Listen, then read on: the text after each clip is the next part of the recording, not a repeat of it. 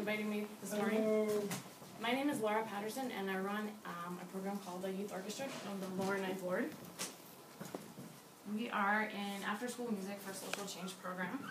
We are currently in our second year. We started with just 5 kids last September. Now we're up to 40. Our program meets Monday through Thursday from 3:30 to 6 p.m. We offer 1 hour of high-quality music instruction, a healthy dinner provided by Second Harvest Food Bank, and help with homework. We also provide transportation for all the kids whose parents can't come and pick them up. We have really outstanding faculty, everyone from UNO music ed students to bass player in the LPO.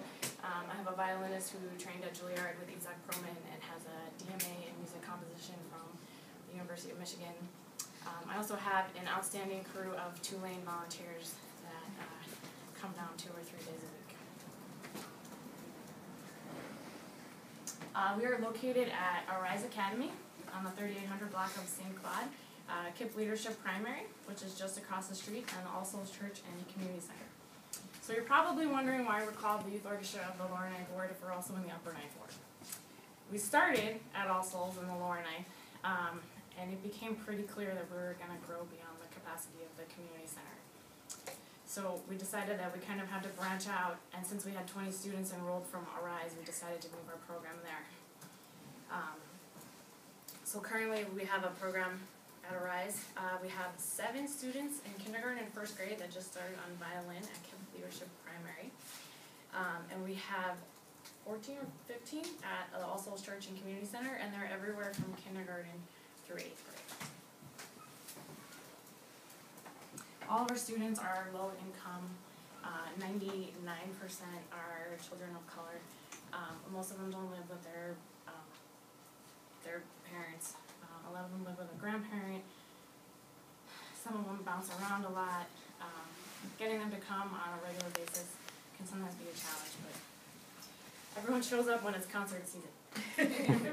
What we do, our mission is to foster academic achievement, cultivate artistic expression, and promote the healthy growth and development of children in New Orleans through culturally relevant music instruction and performance.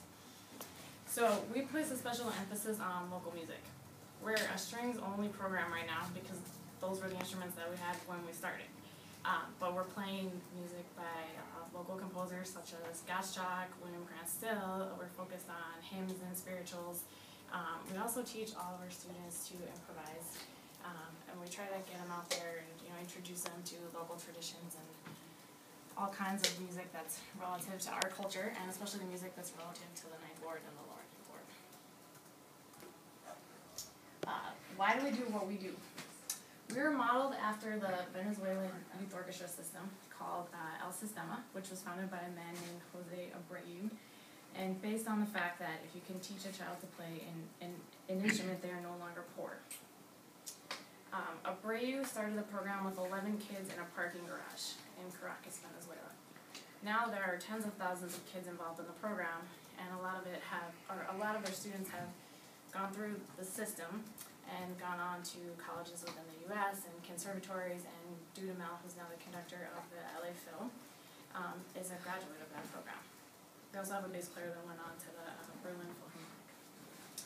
We are partnered with a 2-time White House award-winning organization called Harmony Project. They're in Los Angeles. They currently have 1,500 students enrolled and a 900 student waiting list.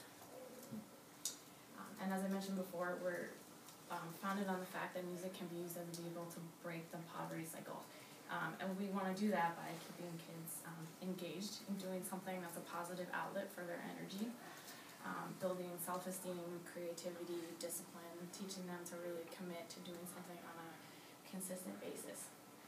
And the goal of our program is to see all of our kids through high school and to help them get scholarships to college. So we've only been around for 2 years. Most of our students are in 4th and 5th grade. We collect all their report cards, we track their grades, we're already seeing a lot of progress.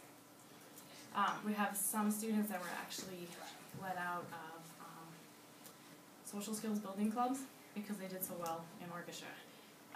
And we're also seeing kids that were failing classes that are now getting B's and C's because they were coming to orchestra every day and someone was sitting with homework, and checking it, and making sure that, you know, they were succeeding and developing the basic skills that they needed. So, what we've done so far, our kids have gone out and performed at Tulane with their orchestra. They also performed before a church service at Trinity on Jackson Avenue. We are performing for the Crescent City Classic with the Musicians Clinic. We are also playing at Cafe Istanbul right here on April 21st. That's our big spring gala. We hope you will all come out. And the New Orleans Volunteer Orchestra is hosting a benefit concert for us on May 3rd at Loyola University. Our kids will also be performing there. They played in workshops with musicians from Preservation Hall and the LPO. We've also had a Cajun country band come in from the Netherlands, a brass band from Minnesota, and a a cappella group from Harvard. We always do some kind of exchange concert where our kids perform and they perform, and you know, we talk about New Orleans music, and we try to expose people that are coming to visit to what we're doing here. Our partners are Tulane, Harmony Project in LA, the Musicians Clinic, Second Harvest Food Bank, Artist Corps New Orleans, which is a program which places general music teachers into charter schools in low-income neighborhoods, and they've been a big help in supporting our programs and recommending students to us and sharing resources. And we recently partnered with Youth Orchestra of the Americas because all of their students come from programs similar to ours. They're an international organization. So they're drawing in students for a 7-week tour every summer, and they're coming from every country in Central and South America and all over the U.S. And next spring they're doing a mission trip to New Orleans. So we're very excited to have them here. A little bit of press coverage, since I know that all of you are social media and bloggers. We were called a miracle on St. Claude, and on Christmas Day, the Times-Picayune ran an article on us. We were the cover story. Brings me to the next point. We need more visibility and PR. We are a new organization, and we're trying to get out there. People are starting to hear about us through word of mouth. We have a Twitter feed, we have a Facebook account, but you know, we're really trying to build up more of the social media community because we have some great events and some concerts, and we're just trying to spread the word as much as we can. We always need volunteers. We have some fundraisers coming up, and we always need academic tutors. We love having visitors. If anyone's ever interested in coming to visit, let us know. The kids love meeting new people. Web design and graphic design support. We are a one-person nonprofit, so I manage our website right now. We have a graphic designer that works with us a little bit. Yes. Can you tell us what your Twitter handle is? It's Youth Orc L 9th Lord. Youth Orc L 9th W. Got it. Okay. Yeah. We take this stuff very seriously. Yeah. Okay, no, that's great. That's great. I think we have 26 followers, so we can build it up a little more. We've only had a Twitter account for a couple weeks, but. Okay. We have some events coming up. We are hosting Cocktails for a Cause at the Rusty Nail, and Dave Anderson and Christina Morales are going to come out and perform. They're incredible local musicians. Christina's a great singer. She lives in the 9th Ward. Dave's a principal bass player in the LPO, and they both volunteered their time. We're having some raffles, and we have some really great gift cards to raffle off. We also have a $5 suggested donation at the door, so if you're available, please tell all your friends, please post it on your Twitter feed. We're hosting our spring gala here, and the kids will be performing with Matt Rohde, who plays violin in the Preservation Hall band. We're also trying to get Irma Thomas to come because she's one of our board members. We're working on that. What time is your event? What time are those events? Okay, it's 5 to 8. You got people who want to do specifics here. So March 21st, it's 5 to 8 p.m. at the Rusty Nail. And 6 p.m. on April 21st at Cafe Istanbul. So here's obviously our website. It's just yol9w.org. We also have a Facebook page and a Twitter handle. We'll see before.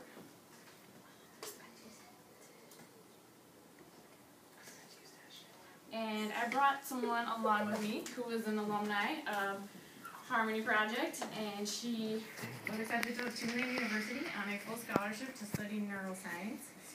She was a mentor for our program last fall, and she also coordinates our mentors now through the Center for Public Service at Tulane. And she's going to talk a little bit about Harmony Project and the value of this program. Hi, so as she mentioned, I'm Fatima. I started doing orchestra and group lessons and also individual one-on-one practice with Harmony Project about 6 years ago. I actually began playing the violin when I was 7, just having private lessons, and I would be paying for those, well, my parents would be paying for those, but as the fees increased, my parents could not really afford my classes anymore, and there was a time when I actually did not receive any lessons, so I actually thought that was the end of my violin playing time. But thankfully I met some students who heard of the Harmony Project in LA, and they told me that I could apply for the Harmony Project. It's a nonprofit, so everything is free. The instruments they provide, and they give free private lessons, group lessons, and orchestra or ensemble lessons as well. And being in Harmony Project really has helped me not just advance in music, but also develop social skills. It made me become more disciplined because we actually had to learn when to practice, how to practice, things like that, and also how to interact with your peers, especially in ensemble groups. It became a very close-knit community for me. That's where I met very good friends who shared the same values and interests that I did. Let's see. Besides that, I have met wonderful people, just not students, but also teachers and mentors who I look up to as role models. And even though I am not really doing anything in music, majoring in music, things like that, I still, it's still something that I am passionate about, and I feel that every person should have an artistic side to them besides just a very like academic side to them as well. And thanks to them, how Laura said, I was also able to come to Tulane on a full-ride scholarship. So most of my success musically and academically I owe to Harmony Project. Thank you.